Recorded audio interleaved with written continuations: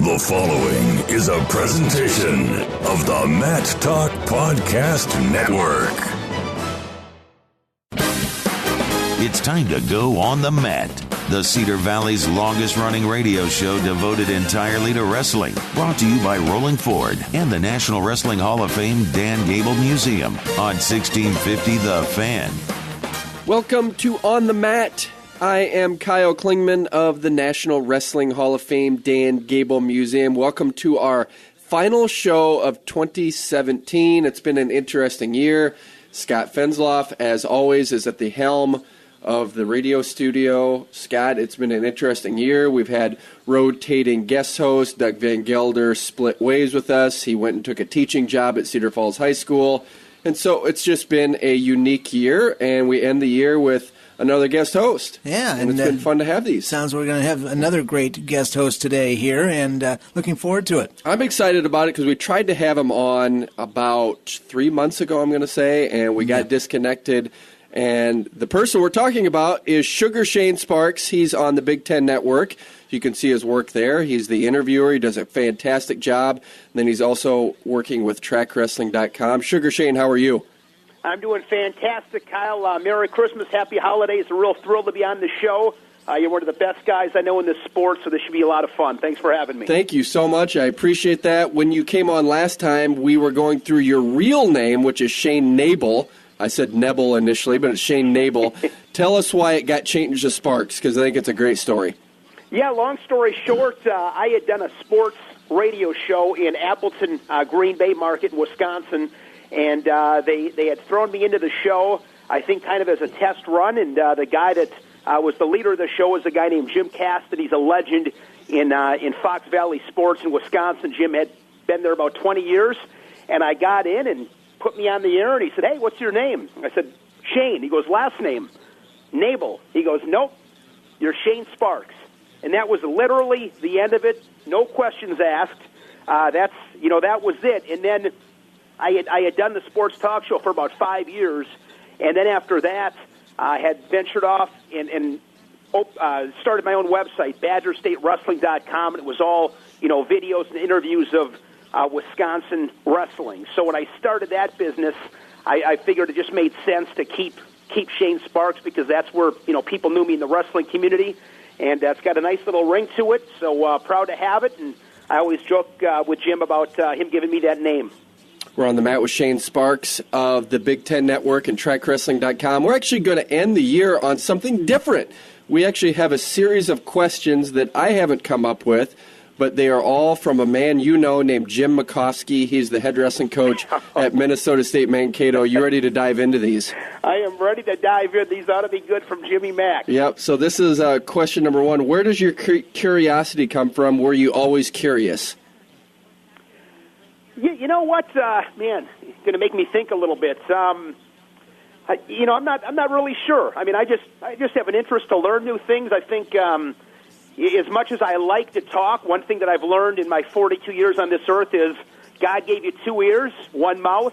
Probably be smart to listen twice as much as you talk, which is still always a challenge for me. But you can learn a lot of stuff, and I think you're always better served if you want to learn about anything in particular. Go to the people that know it. They know more than you do. It pains us to admit that sometimes, but people in specific fields.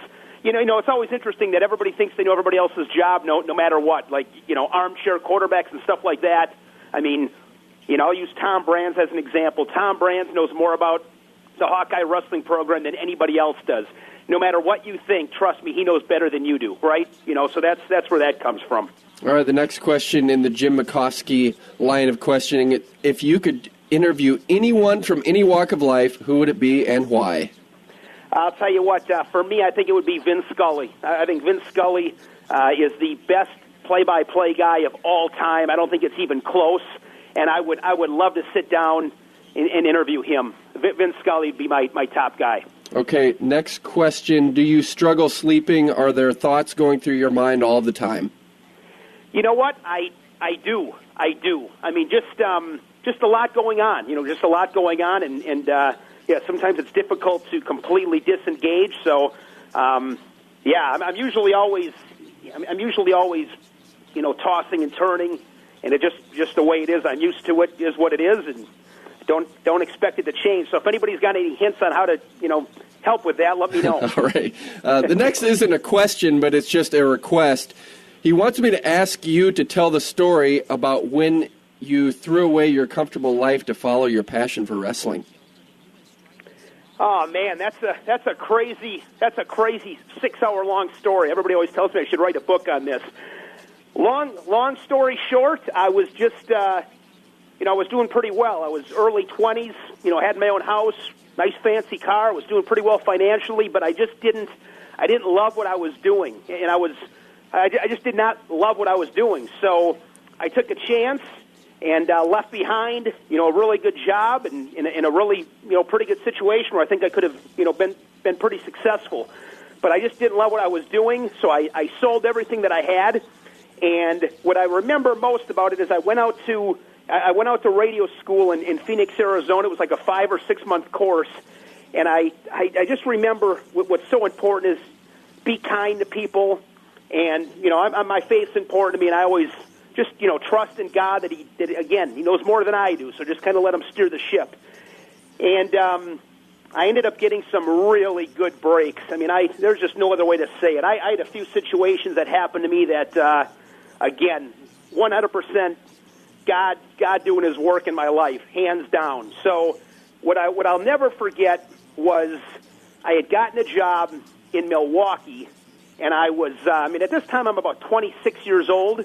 I had gotten a job in Milwaukee, and I was covering the Brewers, and my job was this was in 2002, my job was to go into the visitors clubhouse and get 6 quotes, normally from the manager, combination of the manager, starting pitcher, offensive guys that were good that day. And then I would send it back to Scottsdale, Arizona, and those quotes would go on, hundreds of radio stations across the country.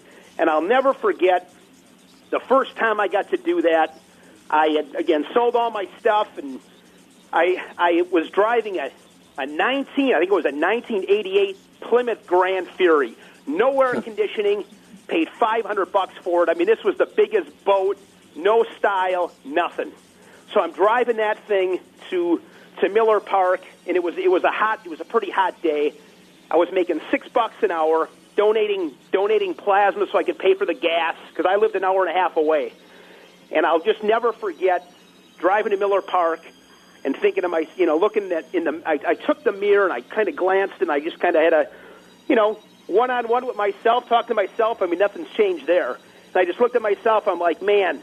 A year ago, you were doing this, and this, and had this, and that, and now you're making $6 an hour, driving an hour and a half to work one day, and you've never been happier. And I'll just never forget that. And that's what kind of got me into the broadcasting side of things, and was able to get a sports talk show, which it's tough to do.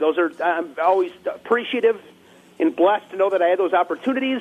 And obviously had a passion for wrestling, and then I was able to, work my way into some opportunities with wrestling, and it's just been a pretty cool ride. So very thankful for it.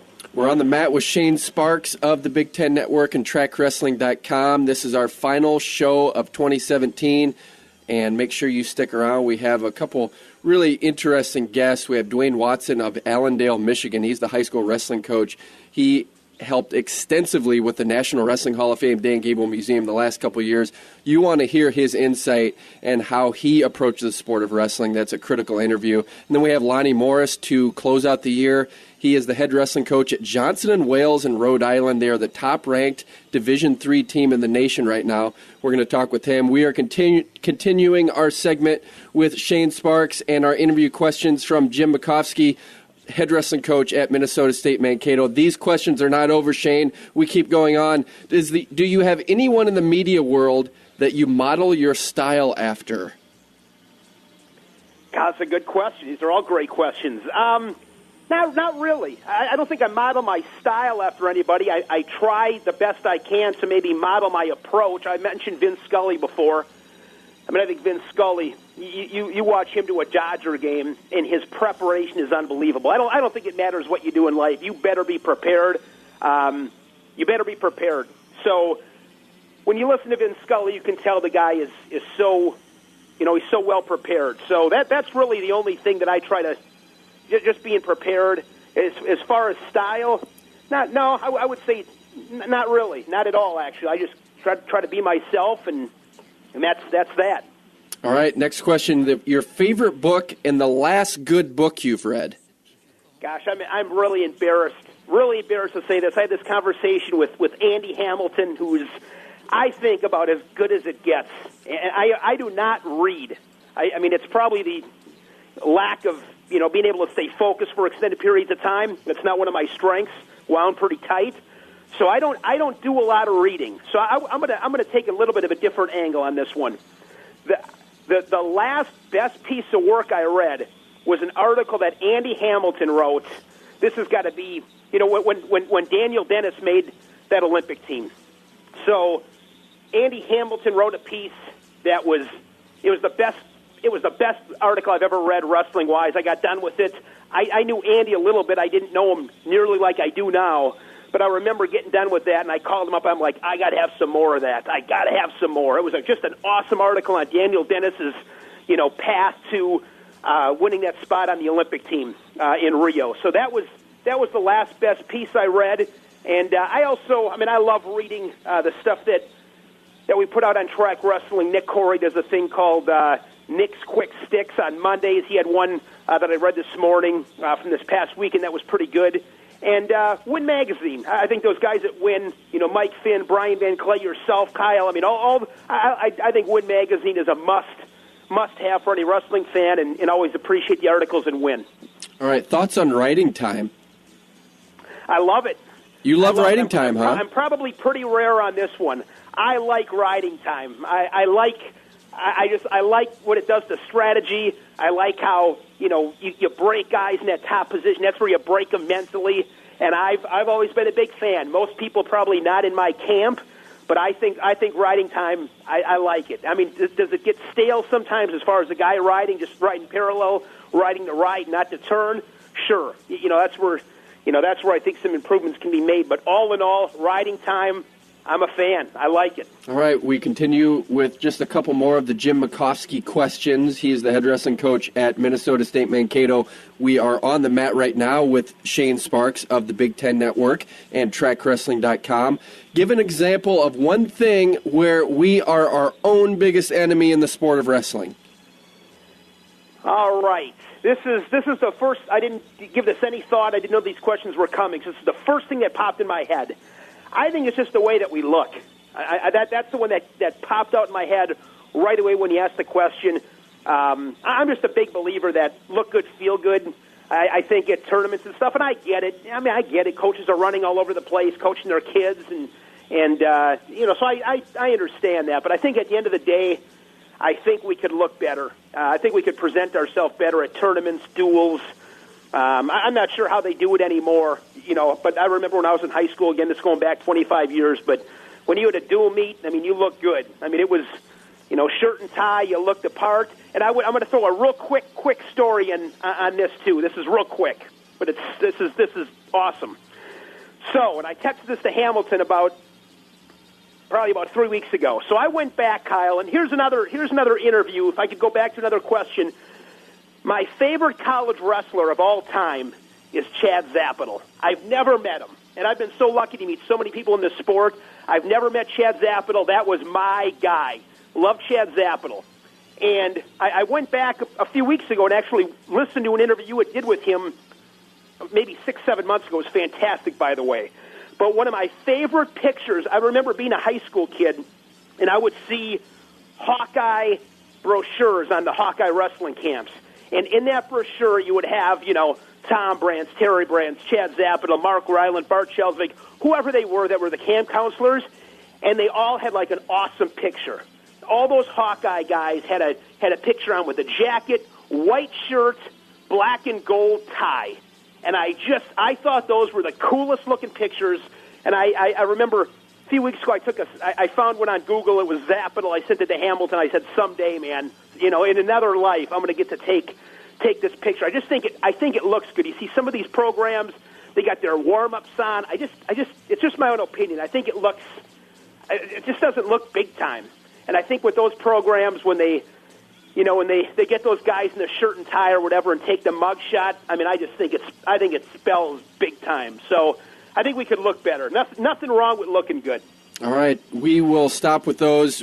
Every week we pick a guest where we put that person into the hot box. 5 questions to make you sweat. Sugar Shane Sparks, are you ready to go into the hot box? I am ready. This is a lot of fun. I got the lather going. Let's do it. All right, question number 1. Name 3 athletes who use the surname Sugar. Man, Sugar Shane Mosley, he's the one that comes to mind. That's all I got.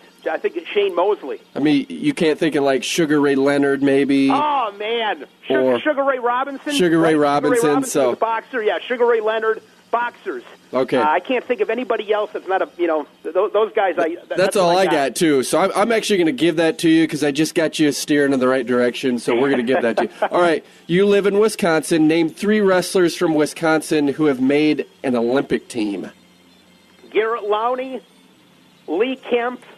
Actually, Lee Kemp's not. Well, I don't know if you'll count Lee. I won't count Lee Kemp, so you keep going. Garrett Lonnie, Dennis Hall, and let's see here. I should know this. Jim Grunwald ever make an Olympic team? He did. He did. There you go, Jim Grunwald. Or I would have accepted John and Ben Peterson and Ben Askren. There you go. Those would be in the mix, too. Okay, you got question 2. Question number 3. You have a beautiful head of hair. Would you shave your head for $500? If it was going to some kind of a charity, probably. Otherwise, absolutely not. Okay. But it's starting to thin, Kyle. It's making me a little nervous. It's starting to thin on the top left side. All right. So I hope I can hang on for a couple years yet. The Big Ten Network approaches you and says you can be a character on Saved by the Bell, Beverly Hills 90210, Cheers, or Seinfeld, but you can only pick one. Which show would you choose? I'm going Saved by the Bell. You have to. AC Slater and Company. I'm going Saved by the Bell. I thought you'd say that. You get that right. All right, final question. Which current wrestling coach most resembles David Hasselhoff? Oh, man. You know what? I'd maybe have to go with, I've always said give credit where it's due. Look good. I think I'd maybe have to go with Tom Ryan.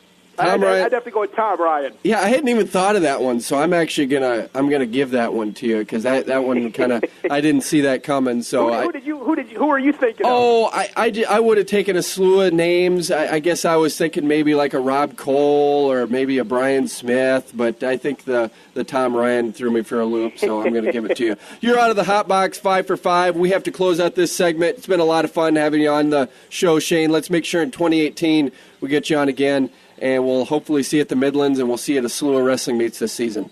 This has been a lot of fun. Thanks so much for having me, and Happy New Year to everybody. All right, appreciate it. That was Shane Sparks.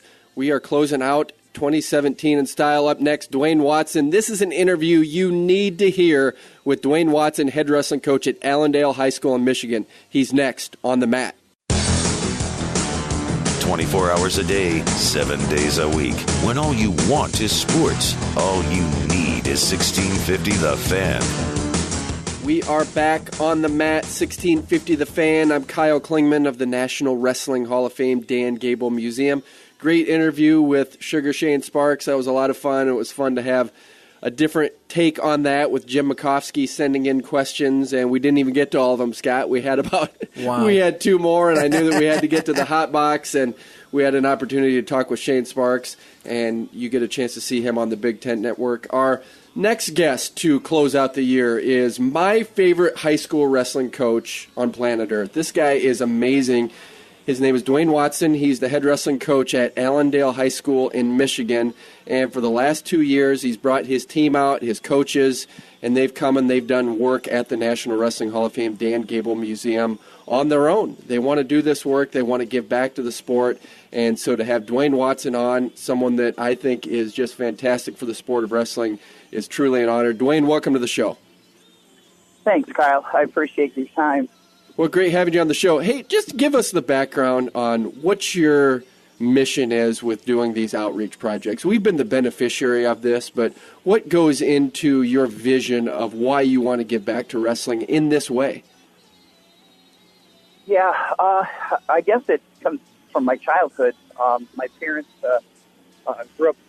we grew up on a farm, 9 kids, and my folks made 11 in a family, and you'd think that they had their hands full raising 9 and a full old-fashioned family dairy farm. You'd think all they would be focused on is us, and it wasn't so. And so as I grew up, I watched them and naturally patterned my life after them. And the whole giving back wasn't something you think about. You just do it. And as I got into wrestling, I met up with another head coach, Ben Burke, in the football program, who had the same heart, almost an identical upbringing to me, as far as a family that has constantly sacrificed their own personal wants and desires for the greater good. And we kind of came together by fate, and it's made a great harmonious relationship at the athlete level as well as, the community level, giving back. So it's kind of a tandem effort on the part of myself and Ben Burke. And going back, did you grow up on wrestling? Was that something that you got from your dad early on? Well, actually, wrestling has always been part of my life. I was the youngest of 6 boys, so take a guess.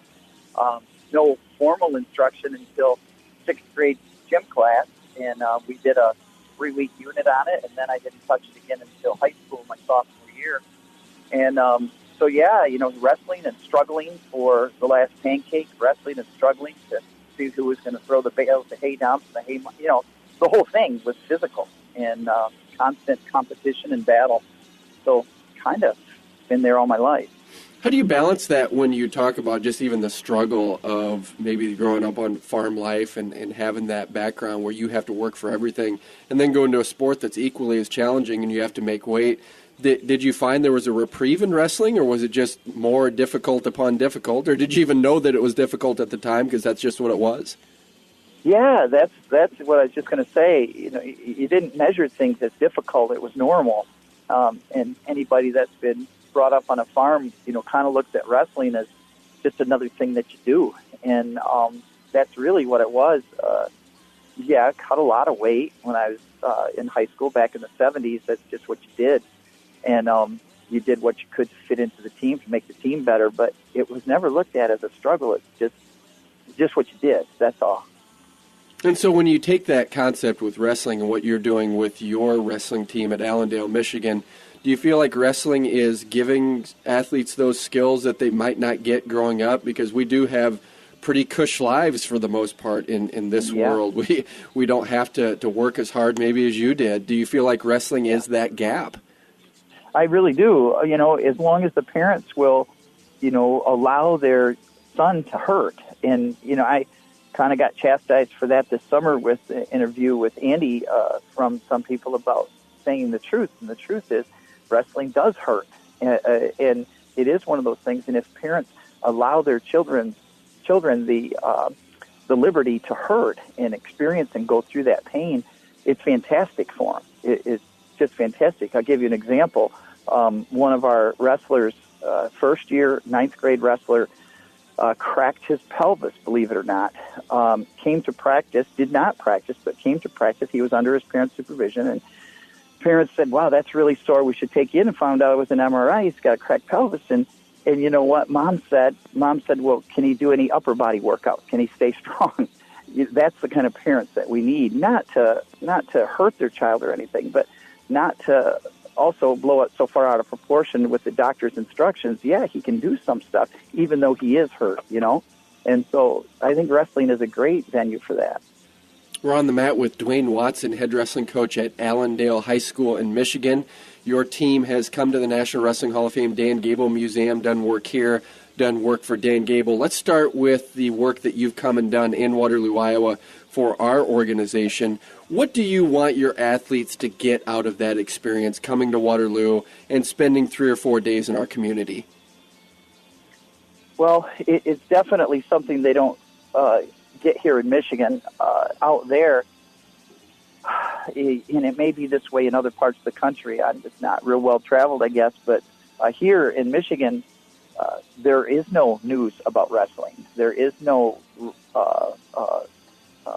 icon here that everybody turns their head and reveres. Out there, you've got Jim Miller, you got Coach Gable, you got just many, many, many people involved in the community. And as soon as you say one of those names, everybody turns their head.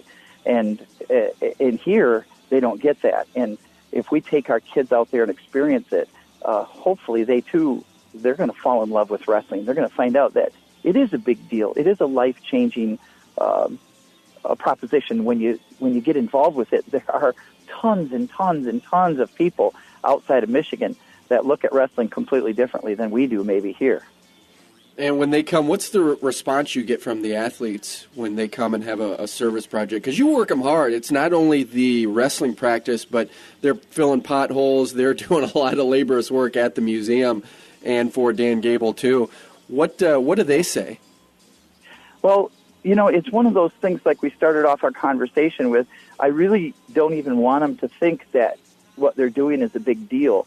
Kind of like we were talking at the beginning. It's just a matter of we're going to go do this, and we push through. And I don't even like to talk to them about how hot it is when you're dumping asphalt in and using a pickaxe. And I want them to just look at it as this is just what we're doing. Oh, is it hard? I don't know. I don't have anything to compare it to. We just do it. And that is exactly what the kids have come up with. Ben Burke, Phil Merrill, Fred Perez, Jay Fox. We all go out there with the same idea in mind. They're all of the coaches are also business-minded people, and it's just a matter. We scope it out ahead of time, that, and we make a good guess as to what we can get done in the time that we're there, and we present it. Everything is ready before we go. The kids know every single step of what's going to happen, and so it's just go and do the job, period. It's just really, honestly, nothing that the kids aren't already expecting to do. And then when you have a chance to do some work for Dan Gable, do the kids respond to that? Do they know the magnitude of that? They have no clue. They don't? They do not. Huh. I talked to one mom today in the wrestling room, and she said her son is just now starting to read about Coach Gable and just now starting to revere the actions that he's performed throughout his lifetime, and just now is starting to turn to her and say, I saw him. I was at his house. I met Mrs. Gable. And a few of them, their eyes are starting to be pried open to the reality of how special it is that we've gotten to do those kind of things. But they really don't. As a whole, they don't know. They'll look back in years from now, and they'll probably understand more, but right now they don't know. Well, in a unique experience from my vantage point, I don't know that I've ever seen anything collectively come together like it did when Larry Owings, the last man to beat Dan Gable, or the only person in high school and college, happens to stop by the museum the day that you guys are there, talks to your team, and then you guys go down later that day and work for Dan Gable. In the history of our sport, nobody's ever listened to Larry Owings 1 minute, and then the next minute they're down at Dan Gable's house. You talk about the magnitude. I think you probably understand it, but there's probably all those kids that had to just go over their heads. Yeah. We have that on the stump, Coach Owings gave us his 3 pieces of advice, so we burned it into the stump. And when I bring that up, of course, the new kids don't know what I'm talking about, and the older kids are starting to graduate. Now there's 2 sets of them going to be gone after this season. No idea the magnitude of how fate brought that all together. It was really beyond us. Well, and tell us about the stump, because that's pretty cool what you do with that. Yeah, the stump is very unique in that it was a 3-faced stump. It was a tree in Coach Gable's yard, and as we were walking across the yard, Mike Doty was kind of the coordinator for all of the work that we do for Coach, and he pointed at this dead birch tree, and it had 3 good-sized trunks coming out of it, and he said, Coach, that tree's dead. Do you want them to cut that down? And Coach Gable said, well, I'd love to have it gone, but I don't want anybody doing anything with it because it's going to fall and hit my house. Well, long and the short of it is Coach Gable wasn't there the next day when we did the work, so we cut it down safely, and the stump was left, and it was a 3-faced stump, and so we cut that baby off and polished it up, and we learned 3 basic truths that summer. One came from Terry Brand's dad in the movie Terry that says you got what you earned. And so we put that on one face, and we had Terry and Tom, both coaches, sign that when they were wrestling at Michigan State last year. They autographed it. We have yet to get Mr. Brands on there. And then we took it to Coach Gable's house. His advice to us that year in 16 was outwork your opponent, always outwork your opponent. And so we burned that on there, and he signed that. And then Larry gave us his advice on the far side: always help others, work hard, believe in yourself, and so on. And we have yet to get his signature on that side. And we take it to all our dual meets. We like I said, we sanded it all down, and we covered it with varnish. And we haven't done the faces yet until we get all the signatures we want on those. And we take it and put it at our dual meets, and the last thing the boys touch after they shake our hand and before they check in at the table is they swat the stump in the hopes that they're going to remember one of those pieces of advice, and hopefully it's going to help them if they're in a bad way out on the mat, or if they're in a good way out on the mat. They're going to remember that, especially you get what you earn. And so kind of important now. It's kind of an iconic thing, and the boys don't forget to bring it very often. They're always taking turns dragging that stump along. We're on the mat with Duane Watson. He's the head wrestling coach at Allendale High School in Michigan. His team has come to the National Wrestling Hall of Fame Dan Gable Museum and worked and been part of a team camp. And let's just talk about that for a second. We want to have this team camp going into next year, 2018. This was your vision on how we get there. We want to have 6 high school teams. Let's talk about how we get there, Duane, and what the vision is and what we can do with this program for athletes and how we're going to move forward going into 2018. Yeah, thanks. To be fair, it was not just mine. It was Ben Burke, too, our head football coach, who has extensive wrestling coaching experience. Even was Casey Cunningham from Penn State's high school coach. He was assistant coach when Casey was going through the high school program. And we were driving back from actually talking to you, and we're trying to figure out how can we increase foot traffic at the museum? How can we bring, competition at the high school level without making these all-star teams that are all over the United States? How can we grow good, solid, homegrown teams with homegrown competition? And it just kind of went from there, and we have yet to meet our goal of 6 teams, but I think we're going to do it this summer if we keep fanning the flames. But if you're out there listening, we would love to have you. If you can bring half middle school kids, we're bringing middle school kids. We want to focus on high school eventually, but we'd really like to get 6 teams and make this thing work, a 3-pronged approach to wrestling to give the kids a taste of Olympic style, freestyle wrestling, Greco wrestling, and folk style. So 1 day of each with a clinic in the morning and 5 dual meet competitions in the afternoon each day. A total of 15 dual meet matches in 3 days. That's pretty good. And got some great instruction. And so it would be, a real dream come true if we could make it work. You mentioned Jim Miller earlier. He's 10-time national championship coach for Wartburg. You actually brought him out to Allendale to speak to your team and the football team. How did that go? Oh, it went great. Coach Miller has some attachments to the Grand Valley State University football coaching staff, and many of those coaching staff members were on staff at Wartburg at some point in their careers. And, of course, Coach Miller's personality just attracts competitive people to himself. And so he got a chance to talk to the Grand Valley State football team as well that afternoon. And then he spoke to our programs, the wrestling program, football program, as well as our entire 9-12 student body.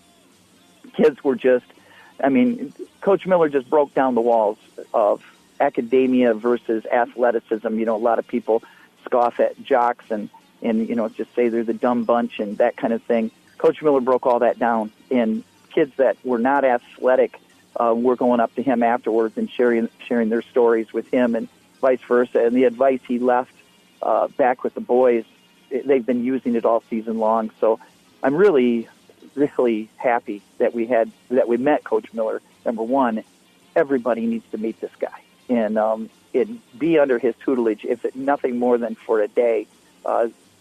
They would benefit right down to their soul. And I really, really have come to admire and respect Coach Miller. What do you want an Allendale wrestler to have when he leaves your program? Well, there's so many things, but I guess to have a work ethic that isn't stopped or isn't held back because you think you can't do something.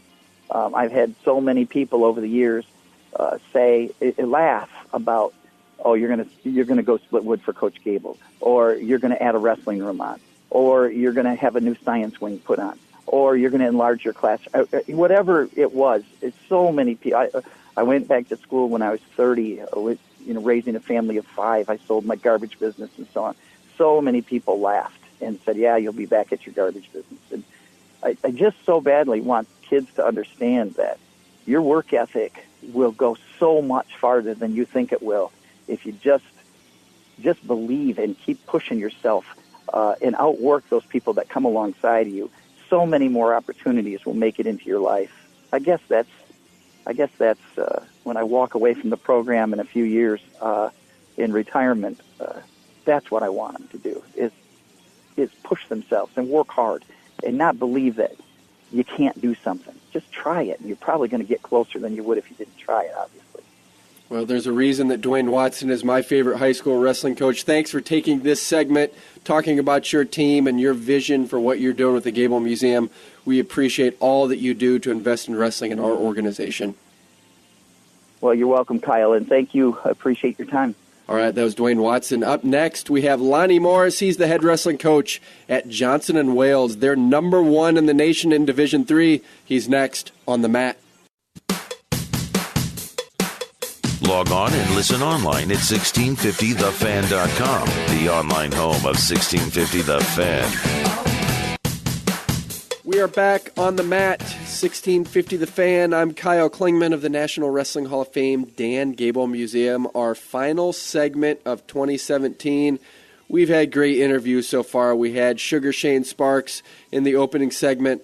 We had Duane Watson of Allendale, Michigan. What a fantastic interview. He just pours out, and it just is a part of who he is. Love that interview of both those guys. What a great way to end the year with Lonnie Morris of Johnson & Wales. It's right now the number 1 team in Division III wrestling. Congratulations on that. I know it's premature, but anytime you have rankings, Lonnie, it's a big deal. How are you today? I'm good, man. It's definitely something we've been working towards. But like you said, it's premature. I mean, Wartburg's getting their guys back here for second half, and but it is a great accomplishment for the program. We're only 20 years young. Well, 20 years young. You're the very first coach that they hired. When they brought this program around, you've been there since the inception.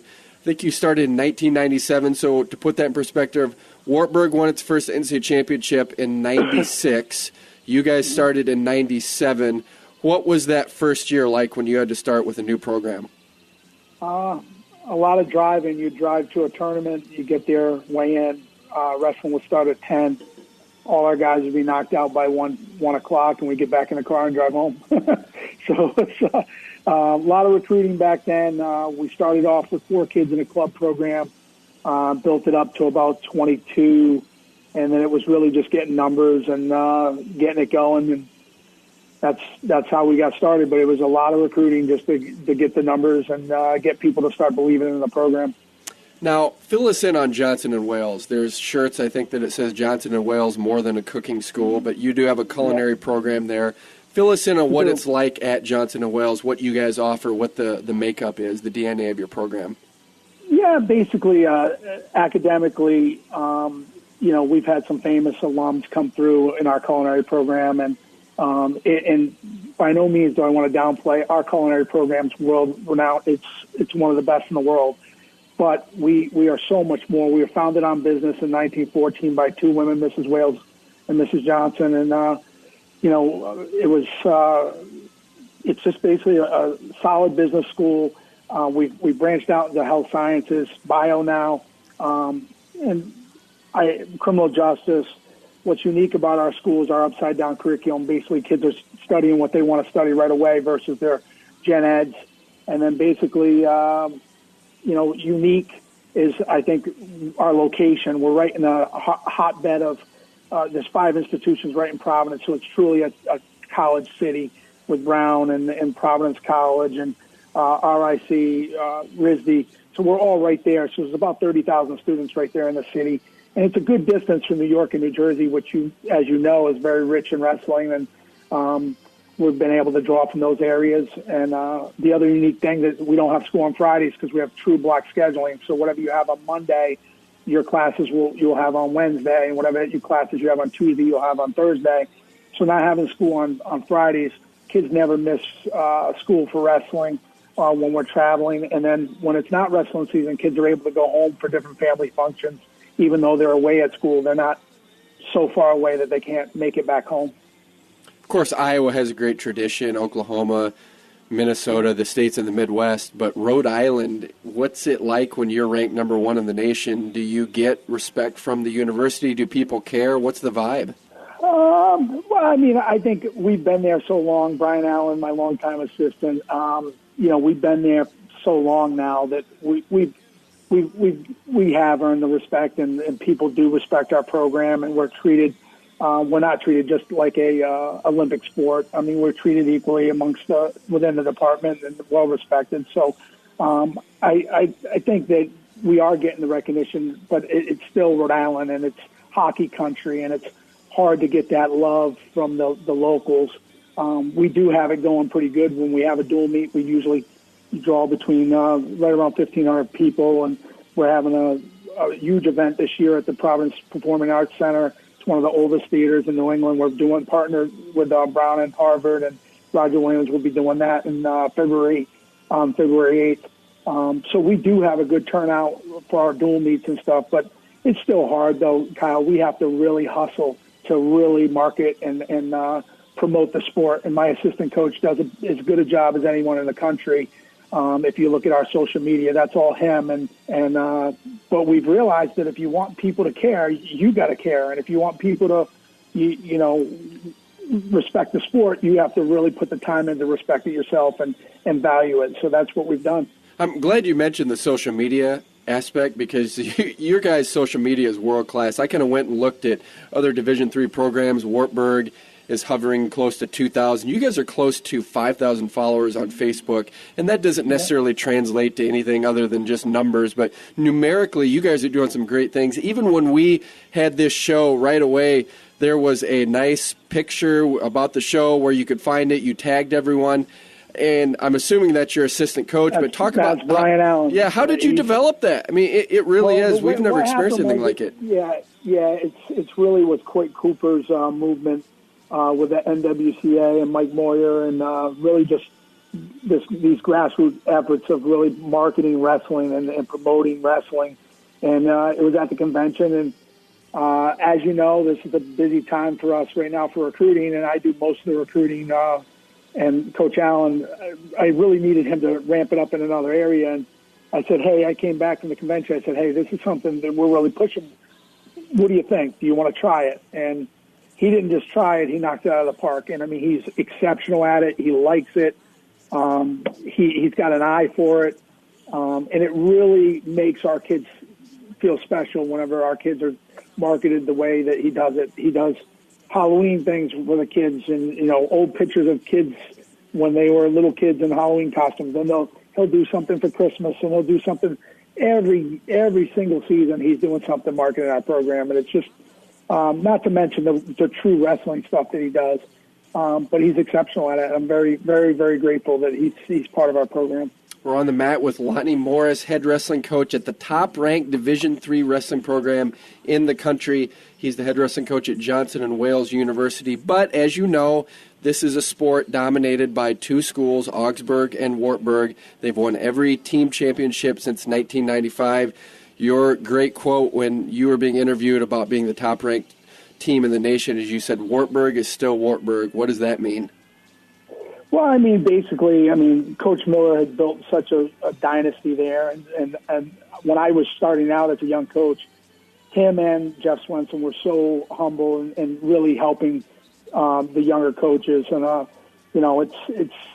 and Eric was there still, and Eric's just really just taken and built it. He's just built upon what Coach Miller's done, and I'm not happy about he's starting to steal some of my New England kids up here. And he's grabbed a couple really good local kids, and but it's one of those things where they got it rolling, and when you get it rolling, it's going to take a really strong effort from anybody else in the country to really make a run at them, because the other thing that they have that I think that the niche that Augsburg and Wartburg have had over the years is they have that Division I niche where they get a lot of transfers too, or mid-year transfers, where I'm not getting those mid-year transfers that some of those programs are getting. So I'm trying to develop that niche with some of the local Division I programs that maybe a kid's been buried on the depth chart, but it's just hard to get it. But they've got it rolling right now, and it's we're going to make a run at them. We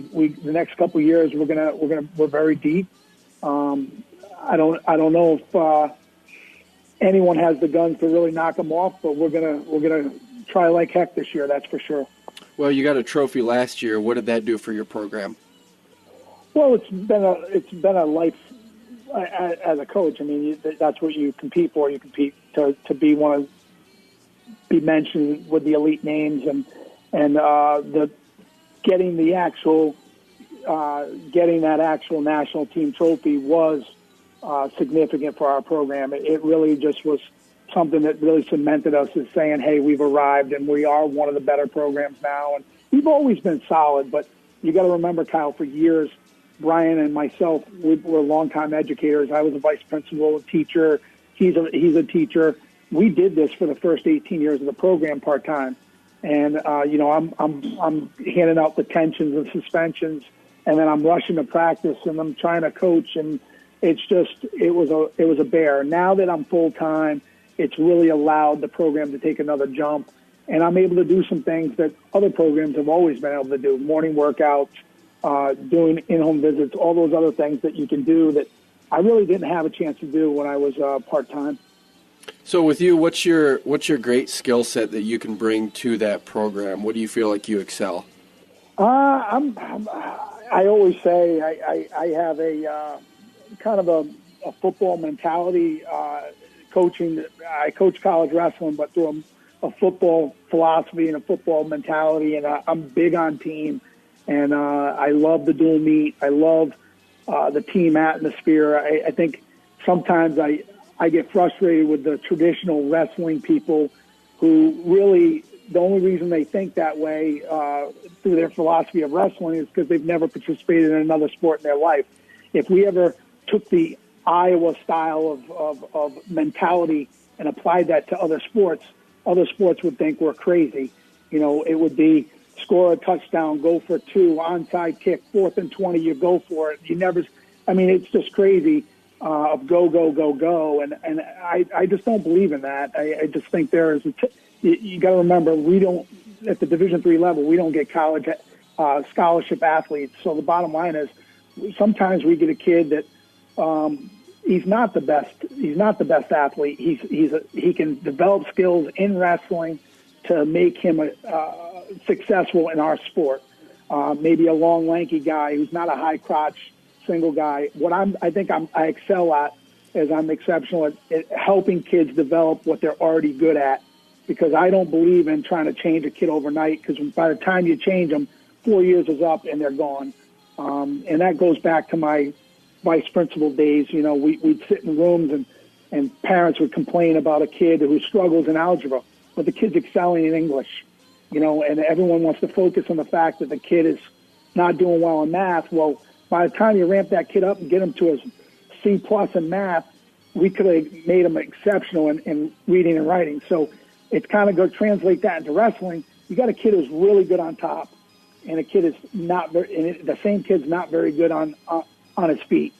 What we do is we'll tighten up his neutral game, but at the end of the day, we're going to really take what he loves to do, and we're going to make him exceptional at it, and we're going to put him in his best positions as often as possible, and we're going to minimize his weaknesses and try to hopefully have some success with it. And we've done really well over the years with those types of kids and just kind of built on what they were already good at instead of just making everyone good at what we do. I find that I see that a lot in wrestling. And again, that's my football background, Kyle. I feel that, if you got 5 big linemen or bruisers, you can go 4 yards in a clock. But if you don't have the linemen, you got to spread it out, and your offense is going to be different, dictated on who's in front of you. And it's the same thing in wrestling. Depending on who we're coaching, depends on what we're teaching. Does that make sense? Yeah, makes perfect sense. And I think one of the techniques I hope you show, because I've seen a video, is of you on a rope doing the flying squirrel. Yeah, that was a team building thing we did with our department. That was quite scary. That was pretty cool. And we got a minute here, but it is cool that you have an East Coast team, and if you haven't been to a Division III NCAA tournament, it's special because you really do get a mixed bag. It's crazy because you only have a 16-man bracket, 16 to 18 depending. I think it's 18 for Division III, 16 for Division II, yeah. But it's you don't know. A lot of times the Midwest guys don't see the East Coast guys, and you really get to meld those teams, and it's a lot of fun. It is. We're getting excited for the national duels. We leave next week on the 3rd to go out to Fort Wayne, and it should be a great weekend of competition. It's going to be a great test. We appreciate you coming on the program. I know you're ranked number 1 right now. I know you have big things to do, but Augsburg and Wartburg are out there looming. So all the best as you continue this historic run for Johnson & Wales University. Kyle, thank you so much. Happy New Year. All right. That was Lonnie Morris, head wrestling coach at Johnson & Wales University. We got that cleared up, Scott. It's more than a cooking school. You heard him talk about being a business school, too, and that's what they're founded on. So we've learned a lot here from 3 quality guests today. Thank you so much for listening. We appreciate all the support that you give to On the Mat throughout the year. And thanks to Jason Bryant for having us on his podcast network, MatTalkOnline.com. Scott, thanks for being at the helm and producing another great show. And let's keep on going for 2018. 2018 is upon us. For Shane Sparks, Duane Watson, and Lonnie Morris, I'm Kyle Klingman. You've been listening to On the Mat on 1650 The Fan. You've been listening to On the Mat, the Cedar Valley's longest-running radio show devoted entirely to wrestling. Brought to you by Rolling Ford and the National Wrestling Hall of Fame Dan Gable Museum on 1650 The Fan.